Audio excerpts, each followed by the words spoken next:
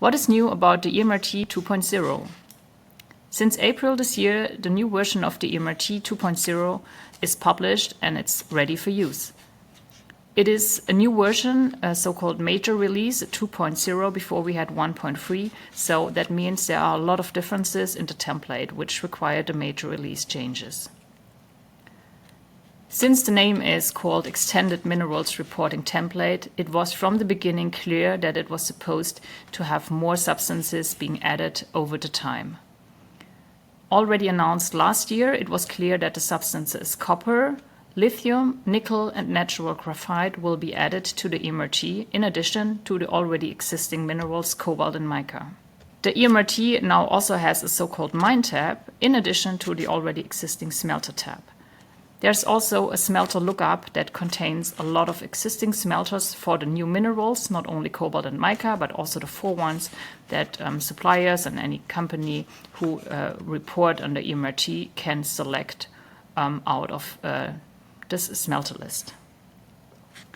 Which regulations does the EMRT support? Other than the CMRT, the EMRT so far was not linked to one existing regulation, but it has been designed and it has been changed to meet the requirements for supporting the EU battery regulation. The EU battery regulation requires for some vehicle batteries to report also about due diligence and responsible sourcing of certain minerals. That means that 4 or 3 of those 4 minerals have been added with the background of the EU minerals regulation, which is nickel, lithium, and natural graphite. Copper has been added as well because copper is a substance, a mineral, which has a high value, a high importance, and it's also important to support a responsible sourcing on this one. Since the new EMRT has 6 substances, it's always the question, do I have to report and do I have to request all of these 6 substances? The EMRT format itself allows to choose which of the 6 substances you want to request.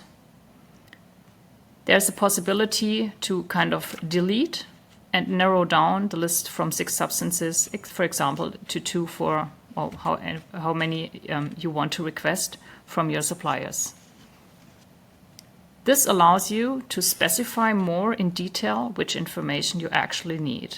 It's also recommended to clarify upfront with your suppliers what is the background of your request. Talking about nickel, for example, nickel is a substance which is present in many alloys, in steel.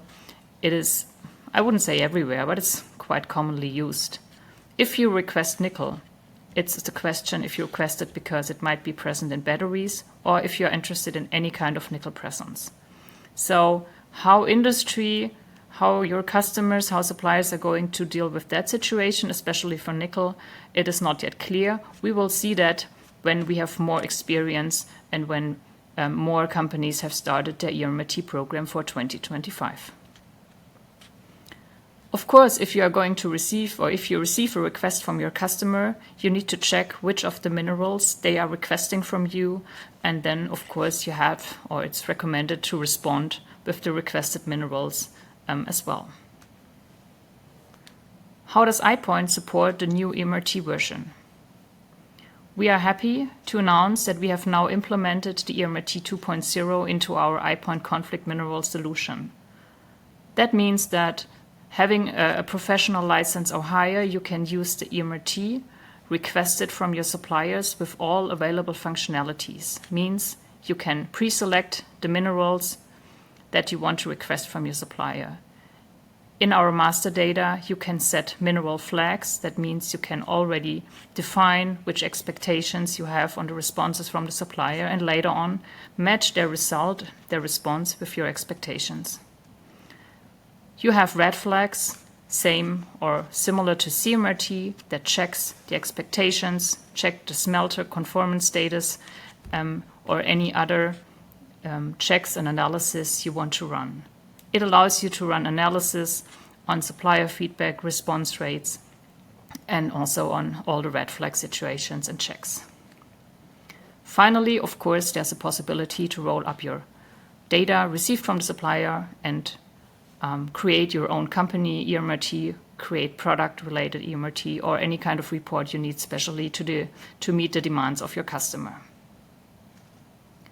We do also support the AMRT, so the question is, what is left from the AMRT? The 4 new substances from the EMRT have been requested before using the AMRT, the so-called Additional Minerals Reporting Template. It is now recommended not to use the AMRT for those 4 substances because the EMRT is specially predefined for them to be used. It also is a bit more binding and has more functionalities in the template.